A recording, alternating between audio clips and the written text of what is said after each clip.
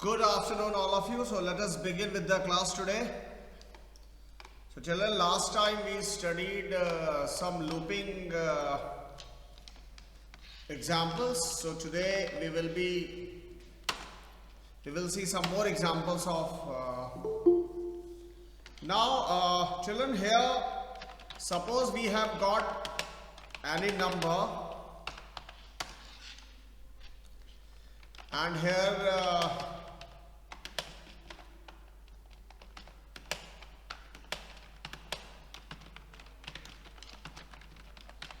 we have entered this number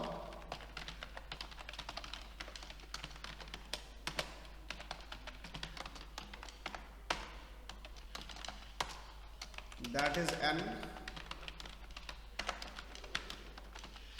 Now our job is just to check how to check if a given number, suppose this number 5 is the factor of this number, how to check? Children, how to check if 5 is the factor of this number? I'm just asking a simple thing. How to check if 5 is the factor of this number? How to check? Please tell what to do. So children, in order to check, we need to divide this number by 5. So here we can just display that.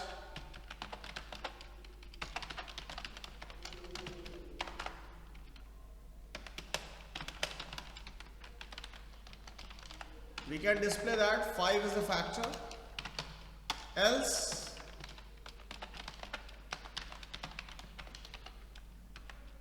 five is not the factor.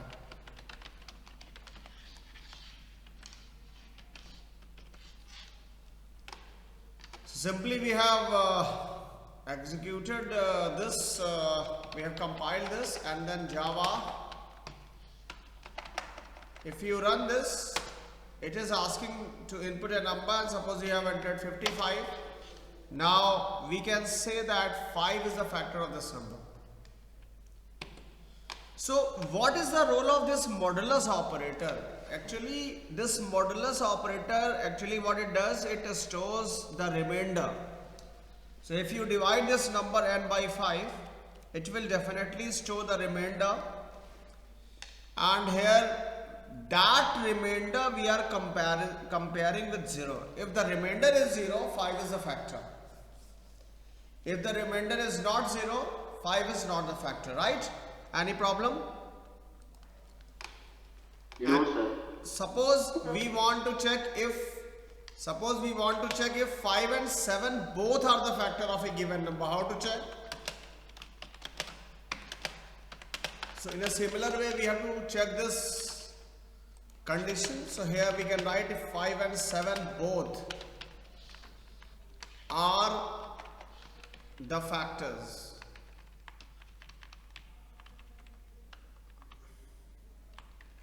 And here 5 and 7 both are not the factors.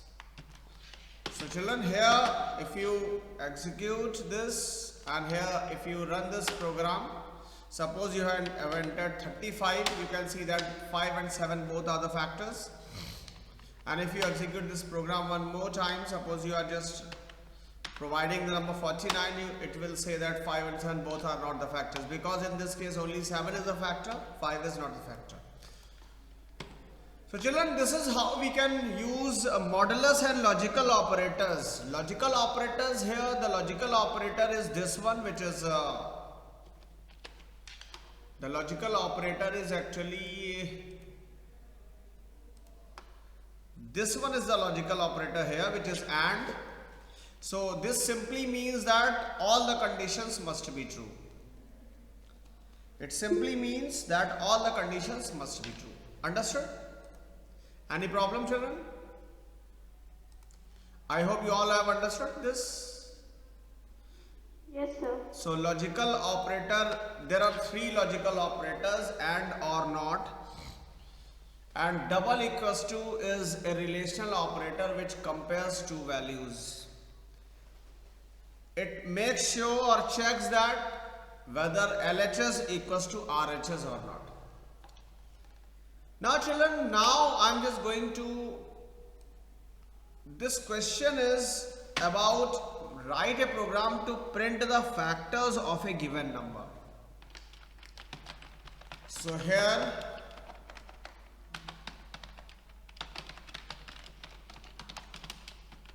the factors are, so children, suppose the number is 100. What are these factors? Please tell. The very first factor is 1. Second factor is 2. The third factor is 5.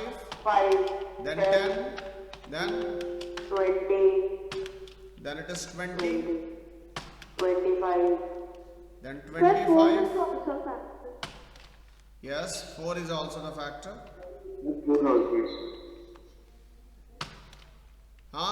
Anything else? So 50. And here after this it is 50, and then 100 itself is the factor of. So these are the factors, children. So if we want to print the factors of a given number, so the smallest factor is 1 and the largest factor is 100. I request all of you to please mute yourself. Please mute yourself. Yes. So now the important thing is that the smallest factor is 1, the largest factor is 100. So if you want to print the factors of a given number, you have to start a loop that will go from 1 and it will go up to n, the limit. And here what to do, if n mod I is 0, if this is the case, we will be printing these values. So children, n mod I means that we are dividing this n by this I and we are storing the remainder. If remainder is 0, it simply means that I will be the factor of n. So if I compile this program, I have compiled, and now in order to execute, what to do, just run this part. I have entered 100, and now you can see these are the factors of the given number 100. So in the example which I gave before was having exactly these values. Any problem, children? So why the loop is from 1 to n? Because the smallest value is 1, and suppose you have entered 100 here, so this 100 will get stored in this variable n. And since the values are coming in increasing order, so that's why this I plus plus, and whenever this I plus plus is, make sure the condition is less than or equals to. This is what you have to write. So the values will be from 1 to less than or equals to 100. So children, in case any doubt, please tell. Sir, can you re-explain how we got the factors?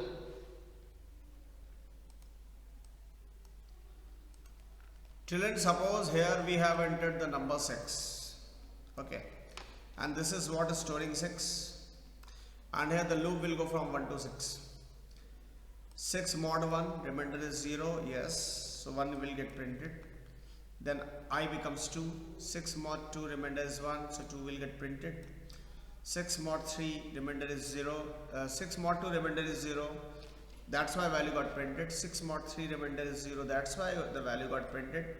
6 mod 4 is not 0. What is the value in case of 6 mod 4? The value returned by this operator modulus in case of 6 mod 4 will be 2. It is not 0. So it simply means that 4 is not the factor of 6.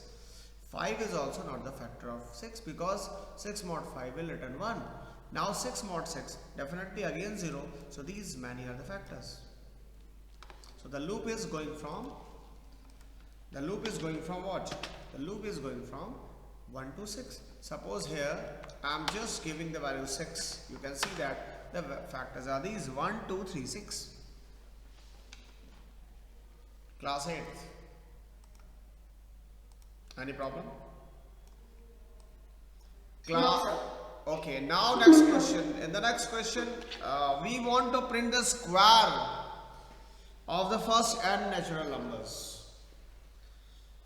So here we want to print the square of first n natural numbers. So what to do, children, here? So we need to just simply print here. We have entered this.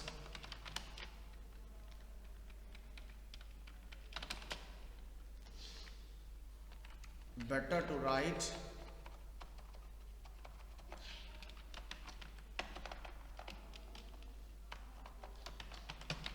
the result is,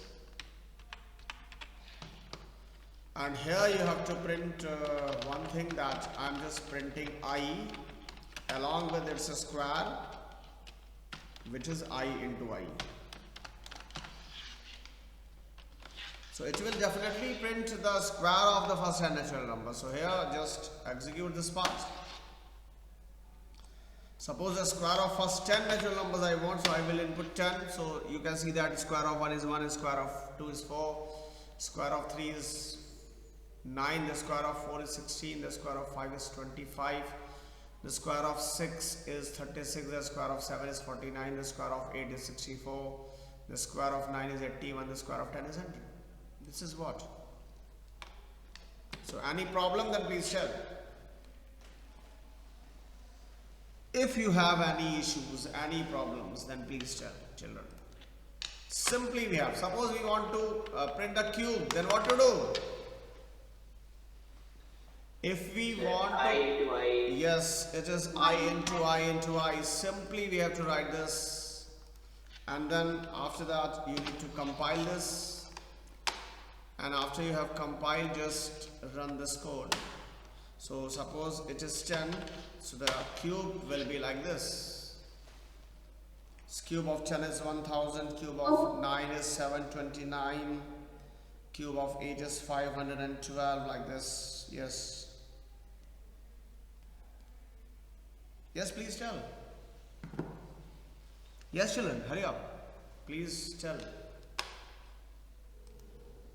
Yes, any problem? Any issues? Sir, why have you added unit? What? Sir, why have you added I into I into I? I am not adding, this is formatted message, child. I plus pair of double quotes. This will get printed on the screen as a message. If you put a comma here, you can see that comma will also get printed. So this is a string message. You can see that first n natural numbers and see that everywhere comma is there.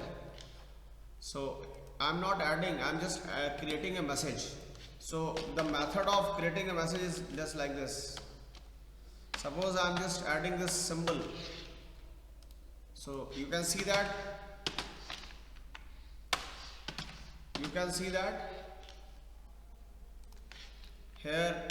Suppose it is 20, so cube of like this. You can see that the symbol is also in between. So first integer value separated by that symbol, and then another integer value. And since I into I into I we have to calculate that, that's why I have kept this expression in these brackets. Got it? Sir, before the brackets of I into I into I, you have put plus 9. But this plus means that just concat or paste. Got it? This plus is having multiple roles. When you use arithmetic expressions, it is used to calculate the sum, but when you use a string, it is used to append. So double quotes means anything which comes as a string. Got it? So here we are formatting a message. Okay. Suppose here one variable I am just writing that message, and in this message I am just copying this part and I am pasting this part here, and I am putting a semicolon. So after that, if I am writing this message like this, so the output will be the same. You just go through. You just go through that, output will be same. So every time it is calculating or creating a message. So this is what is string type. Whenever you add something as a double quote in between, it becomes a string type. So in order to format your message, you can write, since the value of, if I am putting this I also in double quotes, then the value of I will not come. See, then the value of I will not come. That's why I am just see that I1, that's why the value of I is not coming, and earlier it was coming, but now it is not coming. So that's why I without double quotes we have to write. If we want to print the value of I, so simply we have to write like this. Got it? Yes, sir. Yes. Anything else? No, sir. Okay, now children, one more question I am giving, that write a program to calculate the sum of the factors of a given number. How to do that? Question is just to calculate the sum of the factors of a given number. How to do that? Please tell. Calculate the sum of the factors of a given number. Yes, hurry up. Please tell. So in that, what to do is, we need to just have one more variable which is for sum. And here what we need to do is, if n mod I is 0, it simply means if n mod I is 0, it simply means if n is a factor of, if I is a factor of n. If n mod I is 0 means that I is a factor of n. And here we have to write sum is equals to sum plus I if I is a factor of n. So this is what we have to do. And now what to do is, we can print the sum. The sum is this sum. The sum is this sum. So here we can just simply write that if it is 100, we can I have not compiled that. I need to compile it first.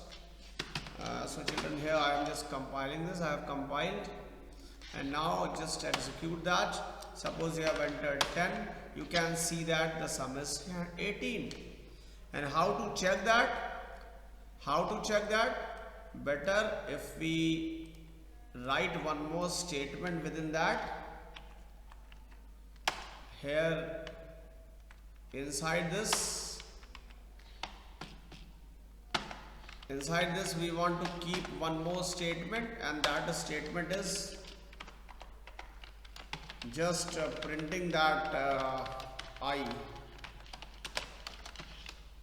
So I'm just printing the value of I here, and now execute that, enter 10. You can see that the sum is 18 and the factors are 1, 2, 5, 10. So we are adding all these values. Got it, children? Understood or not? Yes, Yes, sir. yes, sir. So this is how you people can calculate the sum of the factors of a given number. Now one more question, children, I am just giving. And the question is, program to count the factors of a given number. How to do that?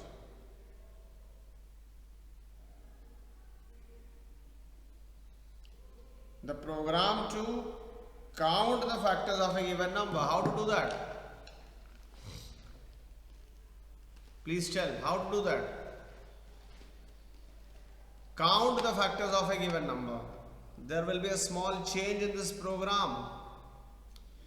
There will be a small change in this program. How to count? We don't have to add this time, but we have to count. Yes. So what to do is, in place of sum, we need to just have this variable count, and where we are adding we simply need to write count is equals to count plus 1.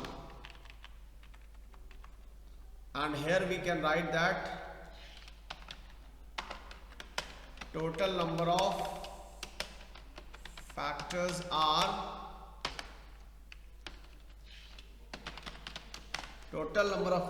these. So just execute this part, and here what to do, suppose the number is 25. So how many factors this 25 is having? 25 is having only 3 factors, and these are 1, 5, 25.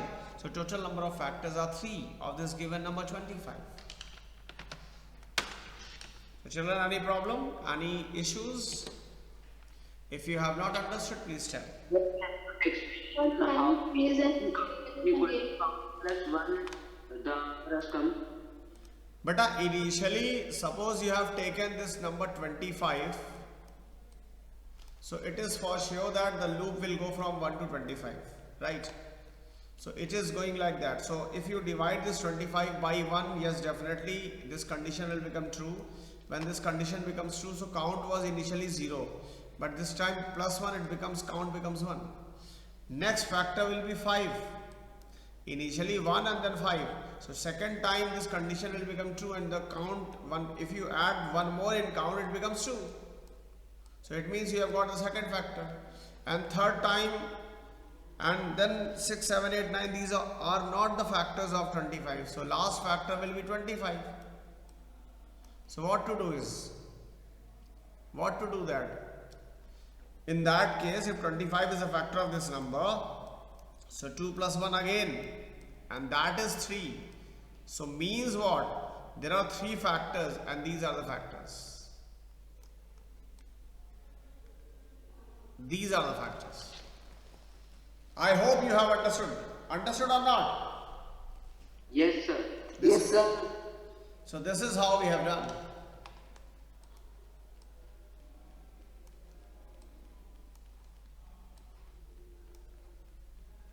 Okay. Now children, next question is, I'm just going to show you that how to generate the table of a given number. Sir, please post this on this year. Huh? Okay. So here, this one, the total number of factors. Yes, sir. Okay, I'm just posting it.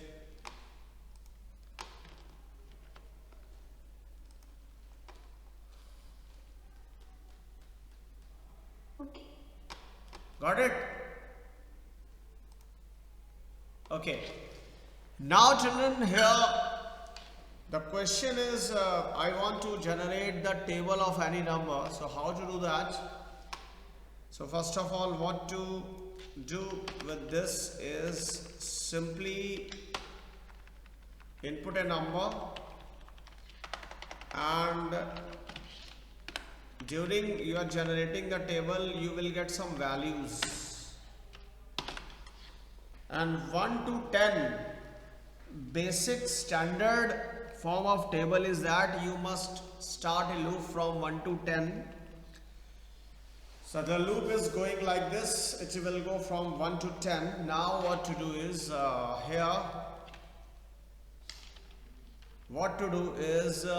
simply you need to write this value is the number with I.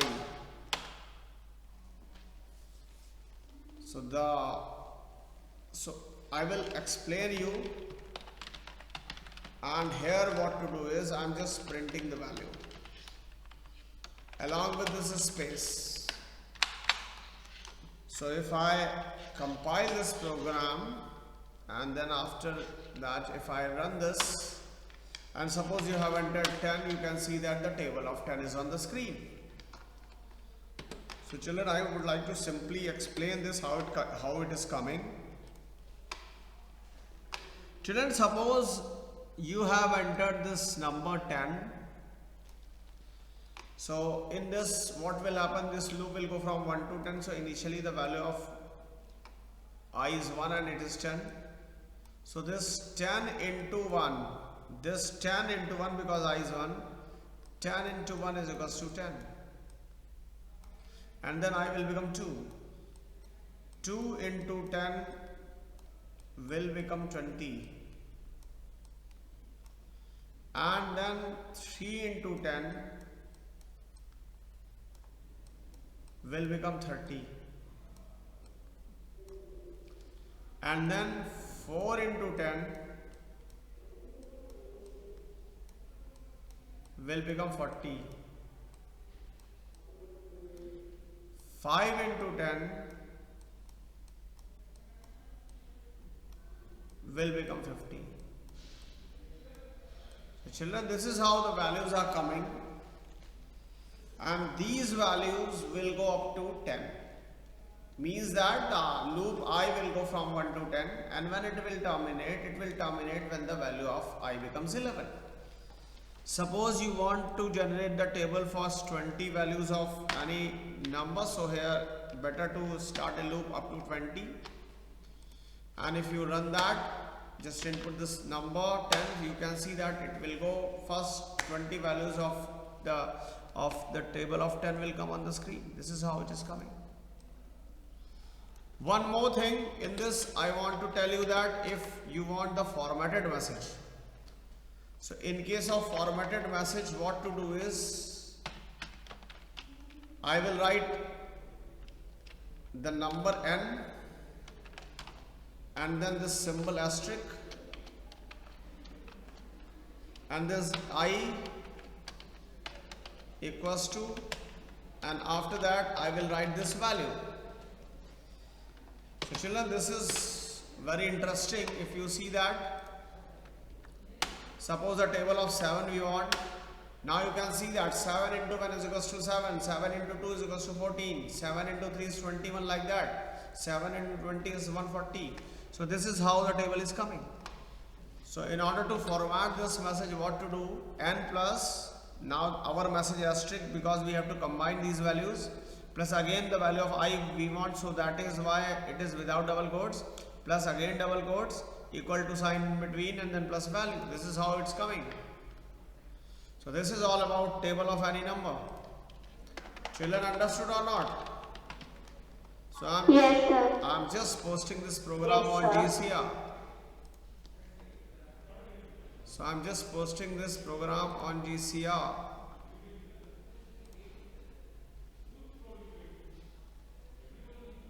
So children, there is an issue today on GCR, so that's why I think it is not being posted. Then also we will be uploading the recording on I will be uploading the recording, so you will get that code. So it is there on the screen, so one single screen, you can just write the code. So okay children, I hope that the Google form of the attendance must be there on the GCR. So after the class, you all are requested to please fill the attendance form. And now, so if you have any query, you can ask, otherwise you can leave. Thank you. This is enough for you. Thank you, sir. Thank you.